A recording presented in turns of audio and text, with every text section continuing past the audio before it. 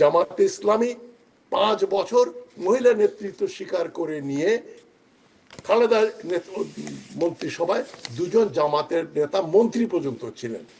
তো তারা তখন তাদের প্রশ্ন আসেনি এটা তো হারাম ব্যাপার, মেয়ে মানুষ কি করে রাষ্ট্রপ্রধান বা সরকার প্রধান হয়।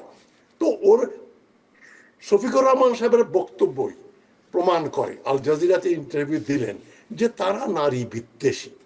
মানে শফিকুর রহমান সাহেব একবার বলে দিলেন মেয়েরা মাত্র 5 ঘন্টা কাজ করলে চলবে, 8 ঘন্টা কাজ করতে হবে না, 8 ঘন্টা সমান বেতন পাবেন। তার মানে দিস ইজ কন্ডেসেন্ডিং টু উইমেন। আহা মহিলা দুর্বল, আপনারা কেন 8 ঘন্টা কাজ করবেন, আপনারা 5 ঘন্টা কাজ করেই 8 ঘন্টা সমান বেতন পাবেন। মানে অ্যাজ ইফ পুরুষ মানুষ তাদেরকে দয়া করছে। মেয়ে মানুষ কারো দয়া দাক্ষিণ্যের বস্তু নয়, মেয়ে মানুষ কোনো বস্তু নয়, মেয়ে মানুষ হচ্ছে মানুষ, একেবারে 100% ইকুয়াল। পুরুষ এবং মহিলার ভিতরে ইসলাম ধর্মে অন্তত কোনো রকম বিভেদ নাই। খ্রিস্ট ধর্মে ছিল, হিন্দু ধর্মে আছে, কিন্তু মুসলমান ধর্মে, ইসলাম ধর্মে আদম এবং হাওয়া একরকম অধিকার, সমান অধিকার।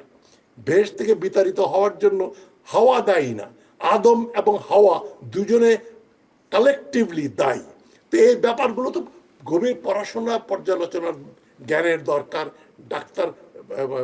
ডাক্তার শফিকুর রহমান সাহেব MBBS ডাক্তার, তার পক্ষে হয়তো এই জ্ঞান অর্জন হয়নি বলেই এখন প্রমাণিত হয়ে গেল। এখন টুইটারে যেটা আসছে এখন, এই যে উনি যে এত দেরি করলেন, 9 ঘন্টা পরে জানছেন যে এটা হ্যাক হয়েছে। 9 ঘন্টার ভেতরে কি জামাতের কোনো সমর্থক সারা বাংলাদেশে এবং বাংলাদেশের বাইরে যারা আছেন, যারা ওই টুইটটা পড়েছেন, তারা কি জামাতের কারো কাছেই একটা টেলিফোন করেনি, ইমেল করেনি, টেক্সট পাঠায়নি যে খবরদার সর্বনাশ সর্বনাশ আপনারা এটা কি বলছেন, মহিলারা যারা কর্মজীবী তারা প্রস্টিটিউট? তো জামাতের নজরেতে এটা 45 মিনিট 50 মিনিটের ভিতরেই আসার কথা, সেটা আসতে 9 ঘন্টা সময় লাগলো কেন? কর্মজীবী মহিলারা যদি প্রস্টিটিউট হয়, তাহলে গার্মেন্ট ফ্যাক্টরিতে যে কয়েক লক্ষ মহিলা কাজ করেন তারা তাহলে প্রস্টিটিউট? বিদেশে বিশেষ করে মধ্যপ্রাচ্যে যে মহিলারা পরিচারিকার কাজ করেন, নার্সের কাজ করেন, তারা তো নিশ্চয়ই তাহলে প্রস্টিটিউট।